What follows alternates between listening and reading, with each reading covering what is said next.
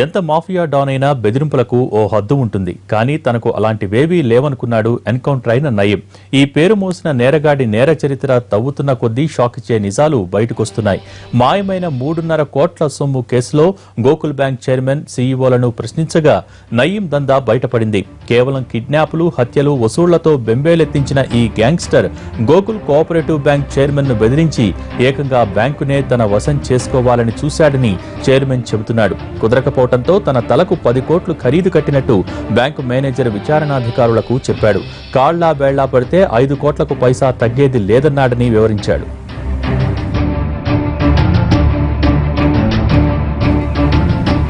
ఈ సేవా బిల్లులో తనకు రావాల్సిన 3.5 కోట్ల రూపాయలు పక్కదారి పట్టాయని ప్రభుత్వం సిసిఎస్ పోలీసులకు ఫిర్యాదు చేసింది. బ్యాంకు డబ్బు మాయంపై దర్యాప్తు చేసిన సిసిఎస్ పోలీసులు సొమ్ము పోయినట్టు గుర్తించారు. బాధ్యులైన బ్యాంక్ చైర్మన్, సీఈఓలను విచారించగా గతంలో నయీం చేసిన దందా వ్యవహారాన్ని పోలీసులకు చెప్పారు. ఈ సేవా కేంద్రాలకు చెందిన 3,50 లక్షలను బ్యాంకు ఖాతాలోంచి బినామీ పేర్లతో నయీంకు ముట్టజెప్పారని చెప్పాడు చైర్మన్ జగదీష్ యాదవ్. మిగిలిన 1.5 కోటి వసూలు చేసుకునేలోపే నయీం ఎన్కౌంటర్ అయిపోయాడు విచారణలో వెల్లడించాడు చైర్మన్. నయీంకు భయపడి ఆ సొమ్మును ఆడిటింగ్ లో తప్పుగా చూపిస్తూ వచ్చినట్టు ఒప్పుకున్నారు చైర్మన్, సీఈఓలు. తాను చేసిన హత్యలను ఖండించిన వారిని, వారికి సంతాప సభలను నిర్వహించిన వారిని వదలని నయీం ఏకంగా ఓ బ్యాంకునే తన సొంతం చేసుకోవాలని అనుకున్నాడన్న మాట పోలీసుల్ని కూడా ఆశ్చర్యపరిచింది. ఇదే నిజమైతే నయీం నేర సామ్రాజ్యం ఎంత దారుణంగా ఉందో అర్థం చేసుకోవచ్చని అంటున్నారు పోలీసులు. బ్యాంకు మేనేజర్ను బెదిరించడం వరకు మాఫియా ముఠాలు సాధారణంగా చేసే పనే. కానీ ఓ బ్యాంకునే సొంతం చేసుకోవాలని అనుకున్నాడంటే నయీం ముఠా దందా ఏ స్థాయిలో సాగిందో అర్థం చేసుకోవచ్చు. బ్యాంకును సొంతం చేసుకోవడం కుదరకపోవడంతో 5 కోట్లు లాగటానికి ప్రయత్నించాడని బ్యాంకు చైర్మన్ చెప్పడం పోలీసులను కూడా షాక్ గురిచేసింది. అయితే చైర్మన్ చెబుతున్నది దాంట్లో ఎంతవరకు నిజమన్న కోణంలో విచారణ జరిపితే కానీ ఈ కేసులో అసలు నిజాలు తెలియవని అంటున్నారు పోలీసులు. నయీం ఎన్కౌంటర్ అయిన వెంటనే సిట్కు కూడా ఫిర్యాదు చేశామని అంటున్నారు బాధితులు. తమను నయీం బాధితులుగానే చూసిన పోలీసులు ఇప్పుడు బ్యాంక్ చైర్మన్, సీఈఓలను ఎందుకు అరెస్ట్ చేశారో అర్థం కావట్లేదని అంటున్న గోకుల్ బ్యాంక్ చైర్మన్ జగదీష్ యాదవ్ భార్య కళావతితో మా ప్రతినిధి Kamal face to face.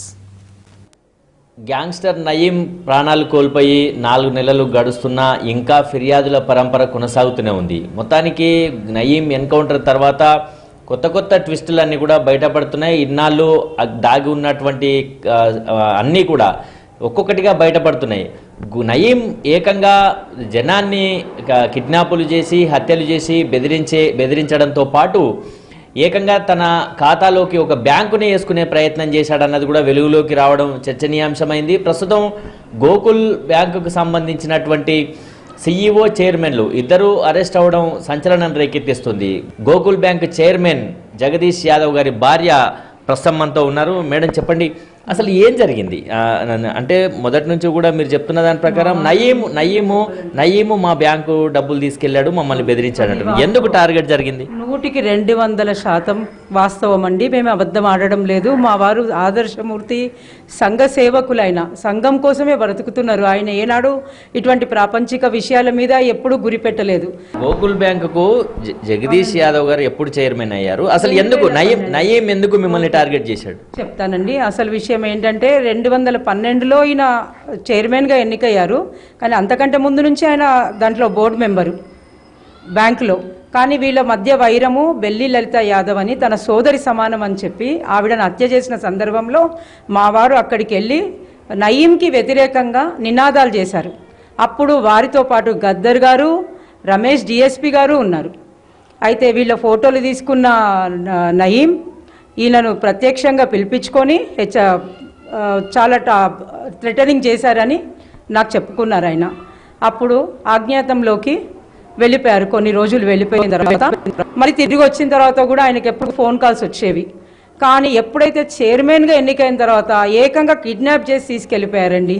Ibrahimpatnam Janaharsha ఎన్క్లేవ్లోకి తీసుకెళ్ళిపోయేసేసి నువ్వు ఒక బ్యాంకుకి ఒక అధిపతివి, ఇప్పుడు ఆ బ్యాంకు నాకు అప్పచెప్పు అన్నారంట. అప్పచెప్పు అని నయీం ప్రత్యక్షంగా అడిగాడట. అడిగితే ఇది నా ఒక్క బ్యాంక్ కాదు, మొత్తం యాదవ కులానికి చెందింది, ప్రతి యాదవుడి కష్టార్జితం దాంట్లో ఉంది, కాబట్టి నా ఒక్కడిది కాదు కాబట్టి నేను అప్పచెప్పనంటే నీ ప్రాణాలు తీస్తాను అన్నాడట. నా ప్రాణం తీసినా పర్వాలేదు కానీ నేను బ్యాంకు మాత్రం నీకు అప్పచెప్పేది లేదు అంటే, ఎంత టర్న్ ఓవర్ ఉంది అంటే ఉంటుండొచ్చు 10 నుండి 20 వరకు ఉంటుండొచ్చు అన్నాడంట. అప్పుడు నీ తల ఖరీదెంతో తెలుసా, ఒక 10 కోట్లు కట్టు అంటే నా వల్ల అంతనైతే కాదు అని చెప్పిండంట. నీ బ్యాంకు నీ చేతిలో ఉండాలి, నువ్వు ఉండాలి అంటే అప్పటికే ఒక కోడిని విరిచినట్టు కాళ్ళు చేతులు విరిచి కట్టేయమంటే కట్టేసిండ్రంట. ఇంకా అప్పటికప్పుడు ఆ పరిస్థితి నుండి బయటపడడానికి మా వారు శ్రీ చీమల జగదీష్ యాదవ్ గారు ఒక 5 కోట్లకు ఒప్పుకున్నారంటే. మీరు చెప్పండి, బెల్లి లలిత హత్య తర్వాత మీ వారిని టార్గెట్ చేశాడు నయీము, అప్పటి నుంచి కూడా వెంబడిస్తున్నాడు. మరి ఎందుకు పోలీసులకు మరి ఎందుకు పోలీసులకు ఫిర్యాదు చేయలేదు? అతను ఉన్నప్పుడు ఆ నరరూప రాక్షసుడి గురించి చెప్పుకొని మళ్ళీ మేము ప్రాబ్లమ్స్లలో పడొద్దు అని చెప్పి ఊరుకున్నాం అంతే. ఈ సేవకు సంబంధించినటువంటి సొమ్ము నయీం ఖాతాలో నయీంకు చెందినప్పుడు మీ అకౌంట్స్ లో బయటపడలేదా? ఎక్కడ అకౌంట్స్ లో బయటపడకుండా సిఇఓ గారు అన్ని జాగ్రత్తలు తీసుకున్నారు రండి. బ్యాంకు నిలబెట్టుకోవడం కోసం మాత్రం ఇదంతా చేసింది. నయీం ఎన్కౌంటర్ అయిన తర్వాత ఎందుకు మీరు ఫిర్యాదు చేయలేదు? గతంలో ఈ బెదిరింపులకు సంబంధించి ఎక్కడైనా ఫిర్యాదు చేశారా? తన చాలా సన్నిహితులైన వారికి చెప్పుకున్నారండి. దాంట్లో ప్రముఖులు ఉన్నారు, వాళ్ళని ఇబ్బందులో పెట్టడం మాకు ఇష్టం లేదండి. వాళ్ళు కూడా అన్నారు ఇటువంటి విషయం ఎక్కడ చెప్పకు, నీ ప్రాణానికి హాని అని చెప్పి. సరే ఆ డబ్బులు క్రమక్రమంగా నువ్వు పూడ్చుకుందు కానీ అని చెప్పారు. అట్లాగే మేము నయీం డబ్బుని 3.5 కోట్ల వరకు అందజేసాం వాడు చనిపోయే వరకు. అతను చనిపోయేలోపు ఇంకా 1.5 కోటి ఉంది ఇవ్వడానికి, కానీ ఎక్కడి నుంచి మాకు డబ్బులు వెసులుబాటు కాలేదు. ఎందుకంటే అప్పటికే ఆంధ్ర తెలంగాణ విడిపోయి ఈ సేవ వాళ్ళు మా దగ్గర అక్యుములేట్ చేశారు వాళ్ళ అకౌంట్లో. ఈ సేవ అకౌంట్ నెంబర్ 134 వాళ్ళది ఏంటంటే మేము ప్రతి నెల ఒక 50 లక్షల చెక్ ఇస్తాము.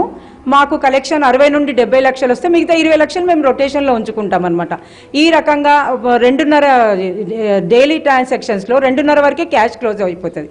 మిగతా టైంలో వచ్చిన క్యాష్ అంతా ఒక అల్మార్లో పెట్టేసేసి పక్కన నెక్స్ట్ డే క్యాష్లో కలపాల్సింది ఇదంతా పక్కకుంచేసి ఈ పరిస్థితులలో సిఇఓ గారు మొత్తం చైర్మన్ గారు ఆయన మీదనే భారం పెట్టిండ్రు. నేను వెళ్ళిపోతున్నాను, బ్యాంకుని చూసుకోండి అన్నారట. లేదు వ్యవస్థాపకుడివి, నువ్వు చాలా అవసరం ఈ బ్యాంకుకి, ఉండు చూద్దాము, కొద్దిగానైతే ఇద్దాము, మన దగ్గర ఉన్నాయి కదా అని చెప్పి ఇచ్చి బినామీ లోన్ల పైన డీడీసీ రూపంలో అన్నిటికో అడ్జస్టెడ్ ది వోచర్స్ అవన్నీ అనమాట. వచ్చి కలెక్ట్ చేసుకునే వాళ్ళండి. నేరుగా నయీం వచ్చేవాడా లేకుంటే నయీం తరఫున ఎవరైనా వచ్చేవాళ్ళు? నేను కూడా చూడలేదండి. నయీం అనుచరులని చెప్పేవారు, బ్యాంకుకి వచ్చేవారు ఎంతో మంది వస్తుంటారు చైర్మన్ గారి దగ్గరికి. ఆయనకు ఆర్డీఓ అని ఒక సంస్థ ఉంది, చాలా ఉన్నాయి సంఘ సేవకులు. ఆయన పూర్తిగా మీరు ఎప్పుడైనా జగదీష్ యాదవ్ గారిని బెదిరించడం కానీ నయీం మనుషులు రావడం కానీ మీరు చూసారా? చూశానండి, ప్రత్యక్షంగా చూశాను. ఆఖరణ ఇచ్చిన 25 లక్షలు నా చేతితో తీసుకెళ్లి సిఇఓ గారు చైర్మన్ గారు క్యాబిన్లో కూర్చుంటే నేను వెళ్ళాను. వాళ్ళు వెళ్తే ఆ 25 లక్షలు ఒకసారి ఇచ్చాను, 25 లక్షలు ఇంకొకసారి ఇచ్చాను నా చేతులతో. మీరు చెప్తున్నదేమో బ్యాంకు సొమ్ములో దాదాపు 3.5 కోట్లు నయీంకి ఇచ్చామని చెప్తున్నారు. అవునండి. మరి మీరు ఇందులో ఈ కేసులో మీ జగదీష్ యాదవ్ గారిని నిందితులుగా చేర్చారు కదా? ఎందుకు చేర్చారంటే ఒక రైల్ యాక్సిడెంట్ జరిగితే ఒక రైల్వే మంత్రిని రాజీనామా చేయమంటారు. అట్లా ఆయన నైతికంగా బాధ్యత తీసుకొని మిగతా అందరు డైరెక్టర్లు విన్నవించుకున్నారనమాట. మీరొక్కరు అయితే సరిపోతుంది దీనికి సమాధానం, మీ ప్రమేయంతోనే కదా ఇదంతా జరిగింది. సిఇఓ గారు చెప్పిన ఆలోచన ప్రకారం మీరు నడుచుకున్నారు. ఇప్పుడు మేమందరం కూడా ఎందుకు మీకు బయట ఉండి సపోర్ట్ చేస్తామన్నారు. జగదీష్ యాదవ్ గారిని నయీం నిజంగా బెదిరించాడా? డబ్బులు పక్కదారి బట్టి నయీంను సాకుగా చూపిస్తున్నాడా? లేదండి, ఇది ఖచ్చితంగా అబద్ధం. సాకుగా చూపించడం అనేది నయీంకి ఇచ్చిన విషయం 100 పాళ్ల కంటే 200 పాళ్ళు నిజం. దీనికి మేము ఎవరిని కూడా దీంట్లో ఇన్వాల్వ్ చేయదలుచుకోలేదు కాబట్టి ఏం చెప్పడం లేదు. ఆ క్యాష్ ఇస్తున్నప్పుడు కూడా ఒక బ్యాంక్, అది ఒకరే ఉండి ఇవ్వాల్సిన విషయం కాదు. అది అందరం ఉన్నా కూడా ఈ నయం విషయం అనేసరికి ఎవరి ఫ్యామిలీ కూడా దీంట్లో చిక్కుకోవడానికి ఇష్టపడదు. ఈ సేవకు సంబంధించిన ప్రభుత్వ సొమ్మును గోకుల్ బ్యాంకు చైర్మన్ గా ఉన్న జగదీష్ యాదవ్ దుర్వినియోగం చేశాడని అరెస్ట్ చేశారు, ప్రస్తుతం జైల్లో ఉన్నారు. దీని నుంచి మీరు ఎట్లా బయటపడబోతున్నారు? నయీంకే ఈ డబ్బులు ముట్టాయని ఎట్లా నిరూపించుకోబోతున్నారు? ఆయన అవినీతి పరుడు కాదండి, చాలా ధర్మజ్ఞుడైన. ఆయన ధర్మం ఆయనను కాపాడుతుంది. బ్యాంకు నిలబెట్టుకోవడం కోసం ఆ డబ్బు వాళ్ళకి ఇచ్చాడు కానీ ఆయన సొంతగా అయితే ప్రాణం తీసుకోవడానికైనా రెడీ అయిపోయి వెళ్ళిపోతున్నానని చెప్పారు సిఇఓ గారితో. సిట్ అధికారులు ఏమన్నారండి? మీరు నయీం ఎన్కౌంటర్ అయిన తర్వాత మీరు ఫిర్యాదు చేస్తే సిట్ అధికారులు ఏమన్నారు? నాగిరెడ్డి గారి దగ్గరికి వెళ్ళామండి. నయీం చనిపోయిన తర్వాత కొద్ది రోజుల్లోనే వెళ్ళాము. వెళ్తే ఆయన మొత్తం విన్నారు, విచారణ జరిపి మొత్తం అంతా ఎవిడెన్సెస్ కరెక్ట్గానే ఉన్నాయండి యాదవ్ గారు, మీరు విచారించొద్దు, ఇది మేము నయీం ప్రాపర్టీలోంచి రికవరీస్ కాగానే మీకు మేము అడ్జస్ట్ చేస్తామండి అని ఈ సేవా అకౌంట్లోకి అడ్జస్ట్ చేస్తామని అష్యూరెన్స్ ఇచ్చిన తర్వాతనే మేము కొద్దిగా నిశ్చింతగా ఉన్న టైంలో మళ్ళీ మాకు ఈ ఉపద్రవం వచ్చి పడింది. అంటే ఇప్పుడు మొదట్లో రికవరీ చేసి దీంట్లో చూపిస్తామని చెప్పారు, కానీ ఇప్పుడు నయీంకు సంబంధించి కేసులో రికవరీ అవ్వట్లేదు కాబట్టి మిమ్మల్ని అరెస్ట్ చేశారు అనుకోవచ్చా? అది లేదు కదండి, రికవరీ అవుతూనే ఉంది. దానికోసం ఒక స్పెషల్ ఆఫీసర్ని కూడా పంపించారు కోఆపరేటివ్ డిపార్ట్మెంట్ వాళ్ళు. ఇప్పుడు రికవరీ విగరస్గా జరుగుతోంది.